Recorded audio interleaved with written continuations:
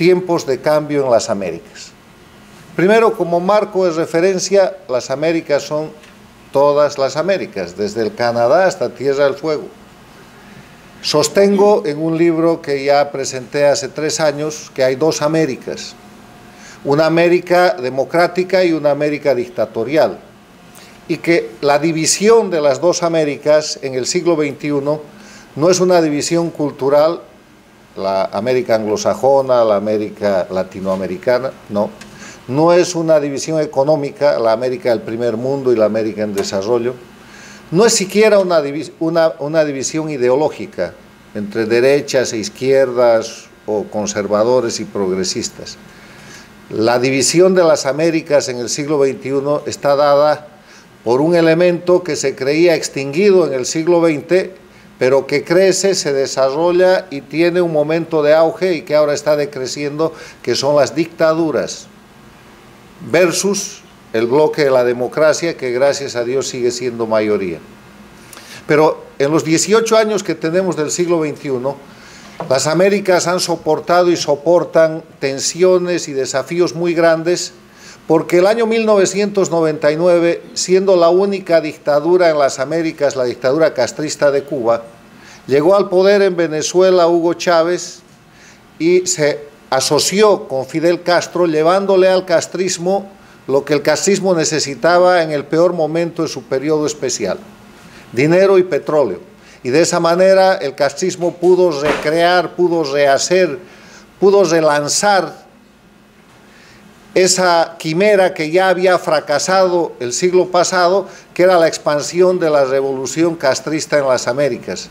Y la hicieron con Chávez, bautizándola como Movimiento Bolivariano, Movimiento ALBA. Después se llamaría el socialismo del siglo XXI y hoy día se conoce como las dictaduras de crimen organizado de las Américas. Este bloque, durante el periodo de desarrollo, ha producido a los inicios de este siglo 5 derrocamientos, y vamos a revisar un poco la historia. Han empezado derrocando, y nadie sabía de dónde venía la mano, de dónde venía el problema, al presidente de la Rúa en la Argentina. Han producido el derrocamiento del presidente Mahuad en el Ecuador, han derrocado al presidente Sánchez de Lozada en Bolivia, han derrocado al presidente también del Ecuador, un segundo presidente en el Ecuador, y después han desestabilizado a la Organización de Estados Americanos, produciendo otro derrocamiento en la OEA, porque si ustedes recuerdan, el secretario general de la OEA recién electo era el expresidente de Costa Rica, don Miguel Ángel Rodríguez. Le abrieron un caso de supuesta corrupción en su país, fue a defenderse, lo detuvieron, tuvo que renunciar a la OEA y se abrió el espacio para que el creciente socialismo del siglo XXI, el castrochavismo, cope la Organización de Estados Americanos, convenciendo a los Estados Unidos y otra gente de que Insulza iba a ser un secretario general neutral. Y en los 10 años de gestión de Insulza lo que vimos es una Organización de Estados Americanos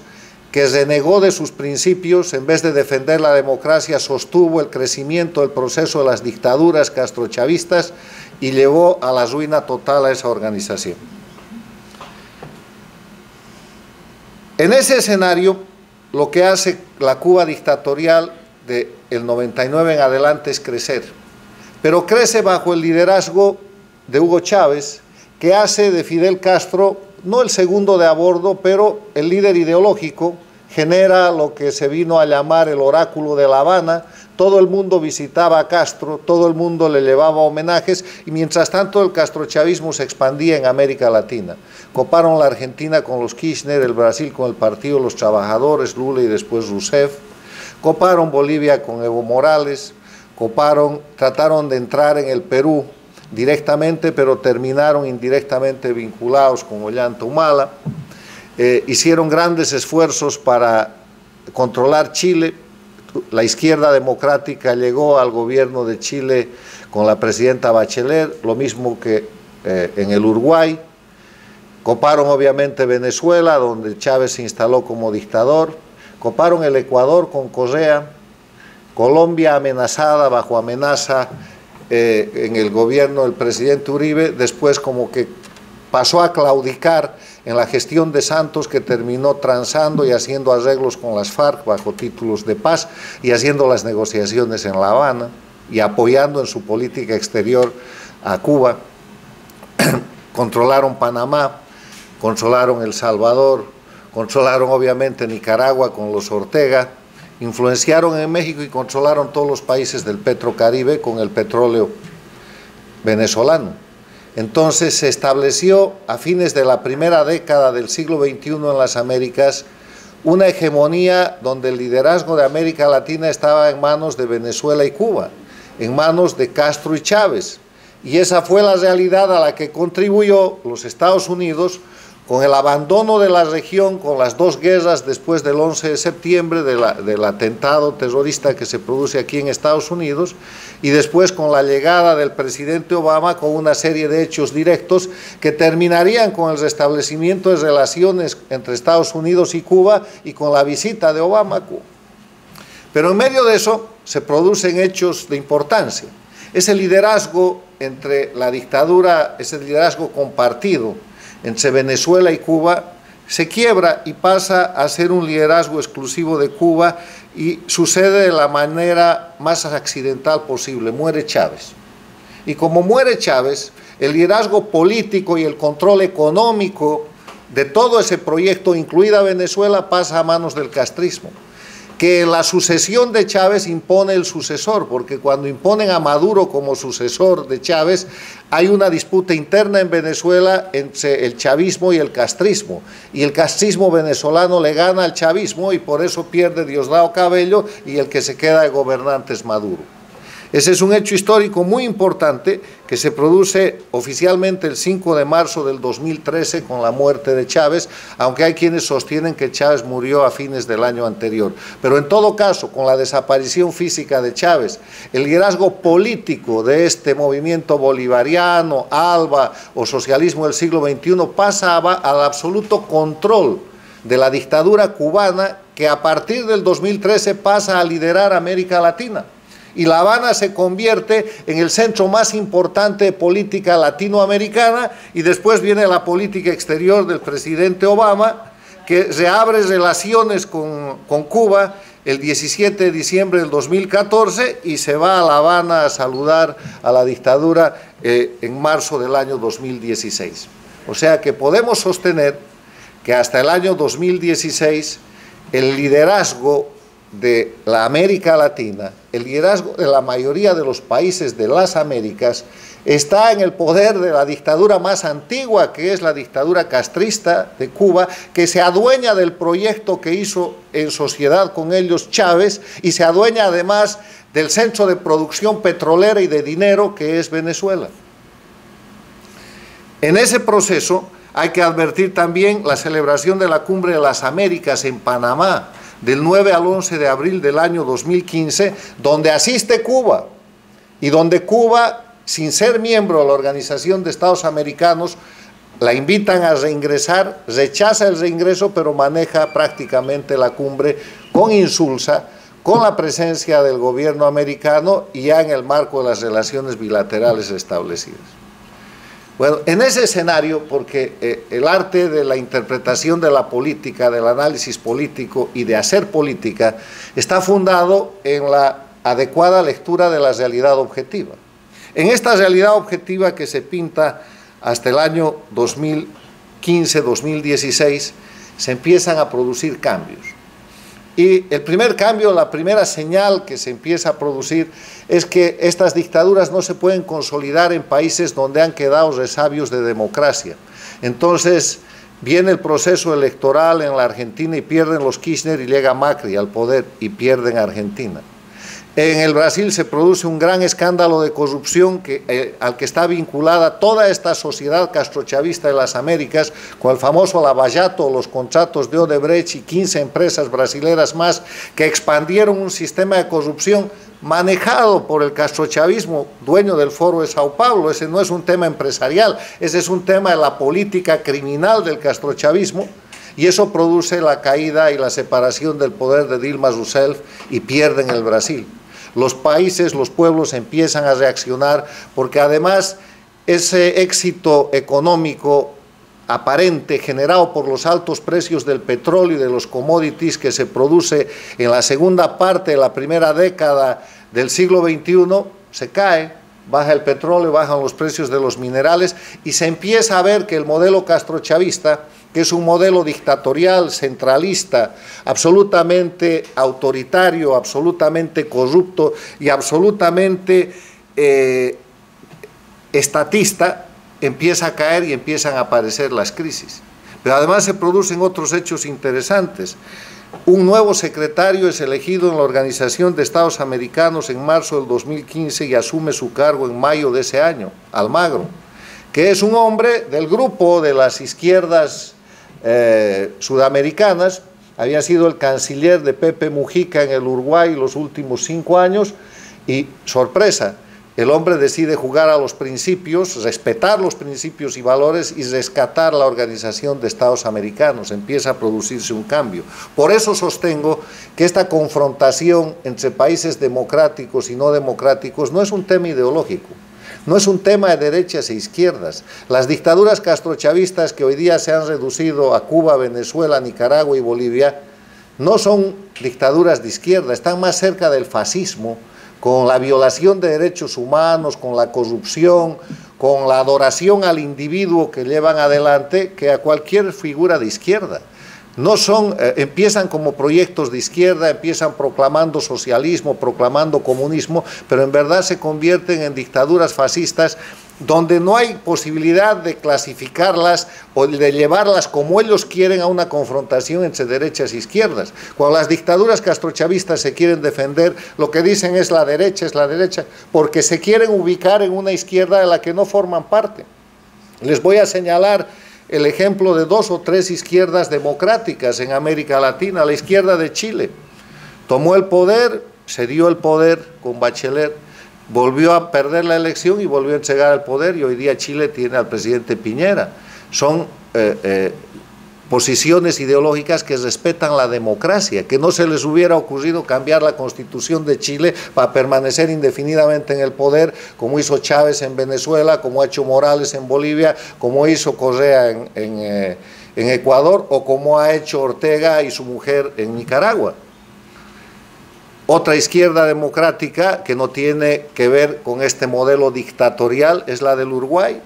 Alterna en el poder, respeta el Estado de Derecho y respeta los elementos esenciales de la democracia. Por eso insisto, cuando estamos hablando de las dictaduras en la América Latina, que hoy día son Cuba, Venezuela, Bolivia y Nicaragua, no estamos hablando de una cuestión ideológica, no tienen ideología, han pasado de presentarse como grupos de izquierda a constituirse en verdaderos grupos de delincuencia organizada transnacional, y a partir del manejo de la delincuencia es que manejan esos países. Con esa descripción, déjenme mostrarles por qué sostengo que en las Américas hay tiempos de cambio que estamos viviendo y que estamos presenciando nosotros. Primero, porque las dictaduras se están acotando y se están cayendo, y afirmo que no va a terminar esta década, y estamos en el año 2018, con dictaduras en la región. No hay condiciones políticas objetivas para llegar al año 2020 con dictaduras en las Américas. Las 4 dictaduras que quedan están totalmente acotadas, están agonizando, tienen crisis terminales y además están bajo una presión interna y externa que muestra a las claras que su sobrevivencia en las condiciones actuales es absolutamente imposible. Por eso hablo de tiempos de cambio en las Américas, y tiempos de cambio en las Américas trae la posesión el 20 de enero del año pasado de un nuevo presidente en los Estados Unidos. No es un dato menor que el republicano Donald Trump haya asumido la presidencia de los Estados Unidos y al poco tiempo de hacerlo haya venido a Miami y en junio del año pasado haya proclamado una nueva política exterior de Estados Unidos respecto a Cuba. Una nueva política que la propaganda dictatorial ha querido presentar como un retorno al pasado, pero que es en verdad un retorno a los principios, ha establecido una nueva política exterior de Estados Unidos con Cuba y con América Latina, fundada en los principios en los cuales está establecido este gran país que son los Estados Unidos. El respeto a la libertad y el respeto a la democracia, el respeto a los derechos humanos que reclama Estados Unidos en la nueva relación con la Cuba castrista y que ha pasado a reclamar en la relación con la dictadura venezolana, con la dictadura nicaragüense y con la dictadura boliviana. Quiero recordarles que en Venezuela no hay embajador americano porque la dictadura venezolana lo ha votado, que en Bolivia no hay embajador americano porque la dictadura de Evo Morales lo ha votado, y que Nicaragua está bajo observación directa hoy en día, no solamente de Estados Unidos, sino del mundo, por las masacres que está cometiendo contra los ciudadanos. Otro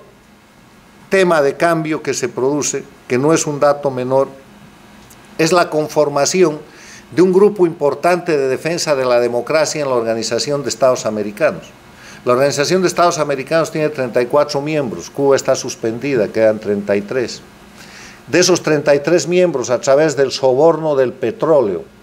Chávez y Castro habían logrado hacerse con la mayoría. Y los países que no estaban sobornados por el petróleo, estaban metidos por la corrupción del lavallato, controlaban absolutamente la Organización de Estados Americanos. Desarmar aquello a partir del liderazgo del secretario Almagro no ha sido una tarea fácil, pero se acaba de lograr este año, hace pocos días, en la Asamblea General de la Organización de Estados Americanos celebrada en Washington, D.C., por primera vez, después de los 10 años de Insulza y después de los casi 3 o 4 años de periodo de Almagro, se ha logrado una votación que señala a Venezuela como una dictadura y que derrota al castrochavismo en la sede de la Organización de Estados Americanos. 19 votos, con 4 en contra, que son simplemente Venezuela, dictadura, Bolivia, dictadura, y 2 pequeñas islas del Petrocaribe, y 11 abstenciones, entre las cuales hay que contar absteniéndose ya a Nicaragua, al Ecuador, que está saliendo del grupo de las dictaduras castrochavistas con el gobierno de Lenín Moreno, quien lo diría, pero está dando pasos y que ya no hacen que el Ecuador ya no cuente hoy día entre esas dictaduras. Y la Organización de Estados Americanos tiene además adentro un grupo que se llama el Grupo de Lima, que es un grupo conformado por el Perú, por México, por Argentina, por Brasil, por los países que representan casi el 80% de la población y del territorio de las Américas, que están señalando a Venezuela como una dictadura.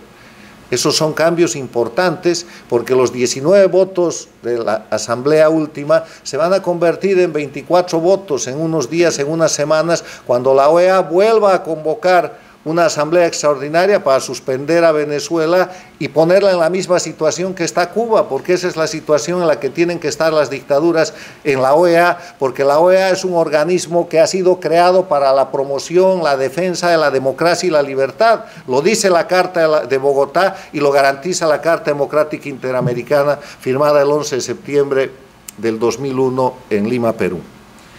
Otro elemento de cambio que se produce tiene que ver con la hipercorrupción de las dictaduras. Este discurso de que el castrismo, que la revolución castrista, que la revolución bolivariana, que Chávez, que Evo Morales en Bolivia, que Ortega en Nicaragua trabajan para el pueblo es absolutamente mentira, porque la historia ya ha demostrado con prueba plena hoy día de que son gobiernos corruptos que solamente concentran el poder para enriquecerse ellos, para enriquecer un grupo de élite que han formado y para mantenerse indefinidamente en el poder. La prueba más importante de la corrupción es el lavallato brasilero, 15 empresas brasileras lideradas por Odebrecht, manejadas por Lula en un lado y por Chávez y Castro en el otro, haciendo contratos de construcción para que las empresas brasileras construyan en el resto de los países. Eso funciona con dinero brasilero. El sistema, ¿cómo ha funcionado eso? Ha sido que el gobierno del Brasil prestaba dinero para que empresas brasileras hagan construcciones y entre Chávez y Castro y Lula definían cuáles eran los países donde se iban a hacer las obras. Este escándalo se ha abierto hay presos en el Perú, hay presos en la Argentina, hay investigaciones en curso inclusive en República Dominicana, hay presos en Panamá y en México, pero hay 4 lugares, hay presos en el Ecuador, incluido el vicepresidente del actual presidente Lenín Moreno, pero hay 4 países en los cuales el lavallato está siendo tapado y los contratos de alta corrupción, de hipercorrupción, propiciados por Chávez y Castro con dinero brasilero en el marco del Foro de Sao Paulo, todavía no se han destapado. Cuba, Venezuela, Nicaragua y Bolivia. En Cuba, con el tema del famoso contrato que han hecho respecto al puerto del Mariel. Ya es de conocimiento público que Cuba ha pactado y supuestamente pagado cerca de $900 millones por una obra que vale exactamente la tercera parte de eso. Pero la dictadura sostiene el proceso de información. En Venezuela, la semana pasada, el periodista Oscar Asa acaba de presentar prueba de cómo un puente que debería costar 150 millones, ya va por los 4.500 millones de dólares en Venezuela, manejado por Diosdado Cabello y manejado por la gente del régimen de Maduro. Y de esos contratos hay decenas, miles de millones de dólares que ha producido aquello. En Bolivia el tema del lavallato está siendo tapado y han empezado una investigación de los gobiernos de Mesa y Rodríguez, y van a tratar de tapar con eso la llegada al grueso del lavallato en Bolivia, que son las construcciones de obras y de caminos entre Evo Morales y Lula, porque Lula iba en persona a Bolivia a patrocinar obras, por ejemplo, en el tema llamado de la carretera del Tipnis, que rompe una reserva fiscal protegida de los indígenas. Lula en persona fue a pedir a los indígenas que dejen pasar el camino para hacer crecer los cocales ilegales que producen la coca y la cocaína de los sindicatos de Evo Morales. Y en Nicaragua lo mismo. La corrupción que se ha puesto en evidencia está terminando de liquidar cualquier atisbo de posibilidad de sobrevivencia de las dictaduras castrochavistas en el siglo XXI. Nadie duda que el régimen de los Castro es un régimen corrupto, nadie duda que el régimen de Maduro y de su gente en Venezuela es un régimen corrupto, nadie duda en Bolivia que la corrupción es la característica del régimen de Evo Morales, lo mismo que en Nicaragua con el caso de Ortega. Pero la corrupción tiene un componente mucho más grave en el caso de estas dictaduras que utilizan el control absoluto del poder para tapar sus crímenes. Y es que han avanzado de la corrupción de contratos o de la corrupción de apropiación indebida de recursos del Estado, de malversaciones y de robos directos al ámbito del narcotráfico. Hoy día el mundo está señalando a estas 4 dictaduras como narcoestados, liderados por Venezuela, que se ha convertido en el eje, en el hub del comercio de la cocaína, de las FARC de Colombia y de los sindicatos de Evo Morales de Bolivia, y seguida por Bolivia, que ha incrementado la producción de coca de 3.000 hectáreas de coca que había en el año 2003, cuando derrocaron al presidente Sánchez Lozada, a más de 70.000 hectáreas que hoy día tienen, que con 4 cosechas al año producen toda la cocaína con la que están inundando los países de América Latina, los países de América del Norte y el mundo entero. El tema de los narcoestados no es un dato menor, porque cuando uno habla de narcoestado, está hablando que la gente que produce, que trafica, la gente que ampara el negocio ilegal del narcotráfico, está en control del poder político. Eso es un narcoestado. Y las investigaciones de prensa han demostrado que Venezuela, Bolivia están en esa situación y que Cuba y Nicaragua encubren y manejan el mismo negocio en sociedad, porque esto es una agrupación criminal de dictadores que han dejado y que deben dejar de ser considerados como políticos para ser tratados simplemente como delincuencia organizada en el marco de lo que es la Convención de Palermo contra la delincuencia organizada transnacional. Otro elemento de cambio no tiene que ver con acciones políticas o con delitos, sino tiene que ver con la tecnología, y la estamos viviendo todos, y permite que todo lo que estamos diciendo y todo lo que se sabe y más se sepa con prontitud. Es la revolución tecnológica, los teléfonos celulares, la comunicación en tiempo real, el internet, las redes sociales, que han acabado prácticamente con el secretismo y el control de información y el atentado absoluto contra la libertad de prensa con las cuales funciona indispensablemente un régimen dictatorial. La propia Cuba castrista está tremendamente amenazada por los medios de comunicación modernos porque no sabe qué hacer con ellos. Imagínense ustedes si a principios de la década del 60, cuando Fidel Castro y el Che Guevara hacían los fusilamientos en La Habana, hubiera existido celular y hubieran existido redes sociales, y en cuestión de horas, ni siquiera de días, se hubieran podido ver los fusilamientos casi en tiempo real en todo el mundo. ¿Cómo le hubiera quedado la imagen a esa dictadura? ¿Hubiera podido la dictadura castrista decirle al mundo que estaba haciendo una revolución, que era antiimperialista, que estaba liberando al pueblo cubano y que iba a construir una sociedad mejor? No hubiera podido, porque los crímenes hubieran estado directamente probados. La situación tecnológica de ese momento le permitía, entre otras cosas, a la dictadura de Cuba y a otras dictaduras falsear la información, manejar a su gusto la verdad y establecer su propia verdad, incurriendo inclusive en agresiones de los defensores de la libertad a través del asesinato de la reputación y el ataque contra la gente que defendía la libertad y la democracia. Hoy día eso ya no es posible, porque en Cuba ya no fusilan, pero cada que el sábado o el domingo le pegan a las damas de blanco, las imágenes están en tiempo real en el mundo. Los presos políticos en Cuba son conocidos y de una u otra manera a través de las redes sociales se sabe que esa es una dictadura y se sabe cuáles son sus problemas. Venezuela, han visto ustedes en la televisión y han escuchado y han visto en las redes sociales las masacres que ha producido la dictadura de Maduro, y el mundo conoce, y por esa, entre otras razones, los países se han tenido que solidarizar y el esfuerzo internacional señala hoy día como una dictadura al gobierno, al régimen de Maduro. Por esa razón, el pasado 20 de mayo no ha podido hacer el fraude electoral y el pueblo venezolano le ha ganado con la inasistencia a esa simulación, a ese show con el cual la dictadura venezolana quería perpetuarse. Y Nicaragua,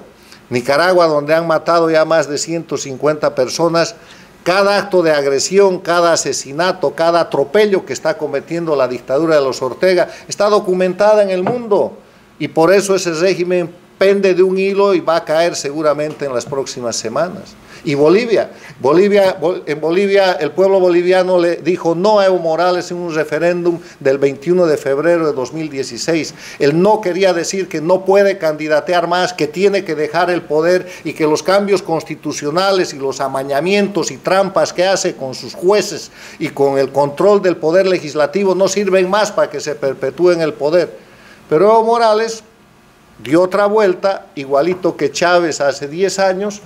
y agarró los miembros del Tribunal Constitucional, de su Tribunal Constitucional, y les hizo dictar una sentencia que dice que es un derecho humano de Evo Morales candidatear indefinidamente. Y de esa manera se ha habilitado para ir a las elecciones que están fraguando para el próximo año 2019, pero Bolivia le sigue diciendo no. Le ha dicho no en los Juegos Deportivos que ha organizado en Bolivia, que se llaman ODESUR, los Juegos Deportivos del Sur. Le ha dicho no inclusive en la inauguración del Mundial, y le va a seguir diciendo no hasta que deje el poder. El pueblo boliviano está movilizado y está empoderado porque tiene un mandato. Y Evo Morales tiene que dejar el poder y rendir cuentas de la hipercorrupción que comete, del destrozo de la economía boliviana, de los asesinatos y crímenes que ha cometido en más de 20 masacres sangrientas, y del narcotráfico, porque ha convertido a Bolivia en un narcoestado. Por eso no quiere dejar el poder. En esa dinámica, la tecnología es la gran ayuda que permite el ejercicio de una libertad de prensa a través de las redes que no existe en los medios oficiales. En Cuba sigue existiendo el periódico oficial del partido, el Grama, y en Venezuela están controlados todos los medios de comunicación por la dictadura, han expulsado a CNN, a NTN 24, a las redes internacionales. En Bolivia controlan toda la prensa, absolutamente lo mismo que en Nicaragua, pero todo se termina sabiendo porque con la tecnología cada ciudadano se ha vuelto un periodista en potencia y un punto de envío de noticias que después agarra la prensa internacional y que pone en evidencia a las dictaduras. En conclusión, los tiempos de cambio que estamos viviendo en las Américas marcan una declinación, pero ya muy fuerte, de las dictaduras del socialismo del siglo XXI convertidas en dictaduras de crimen organizado transnacional. Los regímenes de Cuba, Venezuela, Nicaragua y Bolivia tienen los días contados. Pueden ser semanas, pueden ser meses, de repente alguien logre pasar el año. Pero vuelvo a decirles que por los rasgos de observación de la realidad objetiva que acabo de resumir apretadamente con ustedes y que acabo de compartir, no hay condiciones políticas, ni sociales, ni económicas objetivas para que ninguna de las dictaduras llegue a la próxima década. No hay condiciones para que Cuba supere la crisis económica porque vive en un constante periodo especial. No es que ha vuelto al periodo especial, es que se mantiene en el periodo especial en una crisis además de autoridad donde el sucesor dictatorial Díaz-Canel no es el sucesor, pero a ratos es, y ahora se les ha dado la idea de reformar su constitución, que no es otra cosa que reescribir el estatuto de la dictadura porque Cuba no tiene constitución. Las constituciones las dictan los pueblos, no los dictadores. Las constituciones las escriben la gente libre, no la gente bajo opresión y bajo oprobio. O sea que lo que está haciendo la dictadura castrista, para sonrisa y ridículo ante todo el mundo informado, es reescribir su estatuto dictatorial para ver en esta crisis tremenda que tiene cuánto tiempo más puede mantener el poder. Y ese tiempo es muy corto y lo saben, y por eso están en esa tarea. Venezuela, ¿qué les digo? La crisis humanitaria de Venezuela no tiene parangón, ya es no solamente de preocupación regional, sino de preocupación en todo el mundo, y ese régimen tiene los minutos contados económicamente, políticamente y socialmente. Maduro está dispuesto a llegar a permanecer indefinidamente en el poder bajo la vieja regla que el castrismo utilizó para quedarse casi 60 años en el poder, pero la mala noticia es que esa regla en el siglo XXI no funciona. No puede reprimir eternamente, no puede violar los derechos humanos eternamente y no puede sostener un país que ya no produce petróleo y que, como se ha visto en la última asamblea de la OEA, su petróleo ya no le alcanza para sobornar a los otros países que frente a la realidad objetiva se han dado la vuelta, unos se han puesto neutrales y otros lo han acusado de ser una dictadura. La gente aliada, la que recibía y sigue recibiendo el petróleo de Venezuela, porque después de esa reunión de la Asamblea, Venezuela le ha cortado el petróleo a 3 o 4 países, incluido Haití. Nicaragua es tal vez la crisis más sorprendente y la crisis más delicada que tenemos en este momento. Nicaragua, donde la gente ha tomado las calles y donde la dictadura reprime, como siempre han hecho, matando a la gente, pero el mundo está observando, el mundo conoce aquello y hay un repudio internacional que va a terminar por sacar a los Ortega. Y Bolivia, que está en la lucha, empoderada en demostrarle a la ciudadanía y al mundo que la dictadura de Evo Morales no puede volver a utilizar el mecanismo fraudulento de la reelección el año 2019 y que el dictador tiene que dejar el poder y tiene que rendir cuentas, porque no se es impunemente poderoso.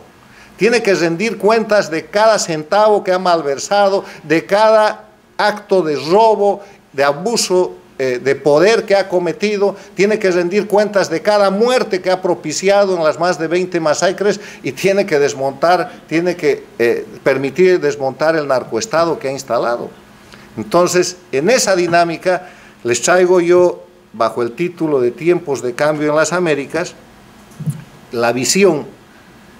y no es lo que uno quiere, sino es lo que uno está observando, porque a veces uno entra en una dinámica en la que por el exilio, por la solidaridad con el país, el deseo es el que habla. Aquí no está hablando el deseo, está hablando la realidad objetiva. Objetivamente en las Américas las cosas han cambiado. Y resumo: tecnología, nueva política exterior y nuevo gobierno en Estados Unidos, crisis económica terminal en las 4 dictaduras, Cuba, Venezuela, Bolivia y Nicaragua, desprestigio por violación de los derechos humanos en esos 4 gobiernos, imposibilidad de sostenerse a sí mismos en lo económico, porque si no es con préstamos y con ayudas están acabados y están acabados, señalamiento de la comunidad internacional por los crímenes que cometen, hipercorrupción, narcoestados, todo eso configura la terminación de un momento que ha durado demasiado largo para los cubanos, vamos a llegar a los 60 años, y que ha tomado demasiado tiempo para los latinoamericanos con la expansión que se produjo a partir del año 99. Desde el 99 hasta ahora los venezolanos llevan casi 20 años. Nicaragua tiene 12 años, Bolivia tiene 12, casi 13 años. Son gobiernos que están ahí indefinidamente y esa es otra característica que los señala. Son corruptos, son ineficientes, no están en la política, no son de izquierda, son delincuencia organizada, les interesa el crimen, les interesa la retención indefinida del poder por razones de garantizar su impunidad y de garantizar los delitos que han cometido y están de caída. Esos son los tiempos de cambio en las Américas y ustedes y todos nosotros vamos a ser testigos de cómo las cosas van sucediendo porque de lo que les he explicado, mucho ya ha sucedido. Tenemos que ver el epílogo y el epílogo puede producirse tal vez primero en Nicaragua o tal vez primero en Venezuela, pero se va a producir en semanas, en meses, irremediablemente e irreversiblemente porque esa es la lectura, la realidad objetiva de la política en las Américas. Muchas gracias.